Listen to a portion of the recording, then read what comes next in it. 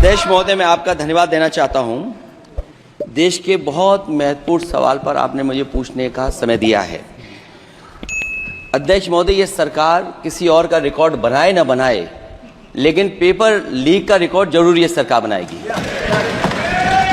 अध्यक्ष महोदय, मुझे इसके बैकग्राउंड में नहीं जाना है कि पूछें। अध्यक्ष महोदय, मुझे बैकग्राउंड में नहीं जाना है कि कब कैसे किस संस्था को बनाया गया है। पूरे देश के छात्र इस पे आंदोलित थे। लगातार अखबार और सीबीआई की जांच के बाद चीजें सामने आ रही हैं, लोग पकड़े जा रहे हैं, जेल भेजे जा रहे हैं। मैं अध्यक्ष महोदय आपके माध्यम से पूछना चाहता हूं मंत्री जी से, क्या सेंटर वाइज जिन बच्चों को सबसे ज्यादा नंबर मिले हैं, क्या उसकी सूची जारी करेंगे? 30,000 सीटें जहां हैं, कई सेंटर अध्यक्ष महोदय ऐसे हैं जहां 2,000 2,500 बच्चे पास हो गए हैं। सरकारी सीटें 30,000 हैं, कई सेंटर में 2,000 से ज्यादा पास हो गए। कई प्रदेश के ऐसी जगह है जहां पर कुछ सेंटर से 600 से 650 से ज्यादा सबसे ज्यादा नंबर हैं। और अगर वो संस्था इतनी क्रेडिबल थी तो अध्यक्ष महोदय जिन सेंटर्स पे ये परीक्षा हुई उन सेंटर्स का इंफ्रास्ट्रक्चर क्या था? क्या मंत्री जी ने जानकारी की थी इस बात की? अध्यक्ष महोदय, मेरे आपके माध्यम से एक ही निवेदन है कि बिना ये मंत्री जी रहेंगे तो न्याय नहीं मिलेगा बच्चों को।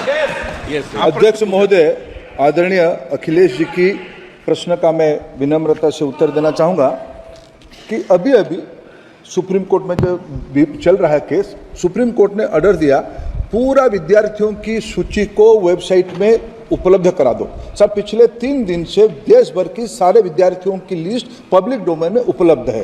ये सारा चीज खुले पे है और कई प्रकार की तर्क आ चुका है।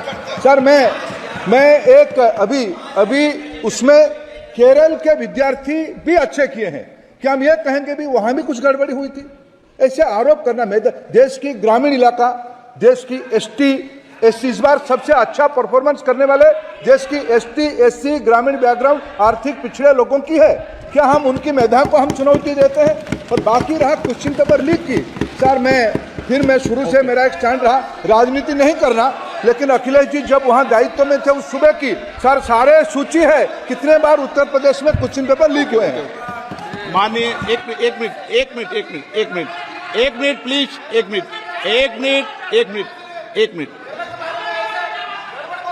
राहुल गांधी जी, आप क्वेश्चन पूछना चाहते हैं? Speaker sir, it's obvious to the whole country. It's obvious to the whole country that there is a very serious problem in our examination system. This is not just a question of NEET, it is in all the major examinations. Now, the minister has blamed everybody except himself. Right? I don't even think he understands the fundamentals of what is going on here. आप प्रश्न क्या है आपका? आ रहा हूं sir. ये मैं question को सेटअप कर रहा हूं। प्रश्न पूछते हैं ये the issue is that there are millions of students in this country who are extremely concerned at what is going on and who are convinced that the Indian examination system is a fraud. That is what is at stake here. Millions of people believe that if you are rich and if you have money, you can buy the Indian examination system.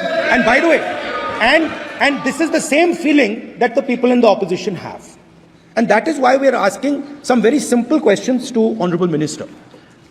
Number one, as this is a systemic issue, what exactly are you doing to fix this issue at a systemic level? Yes.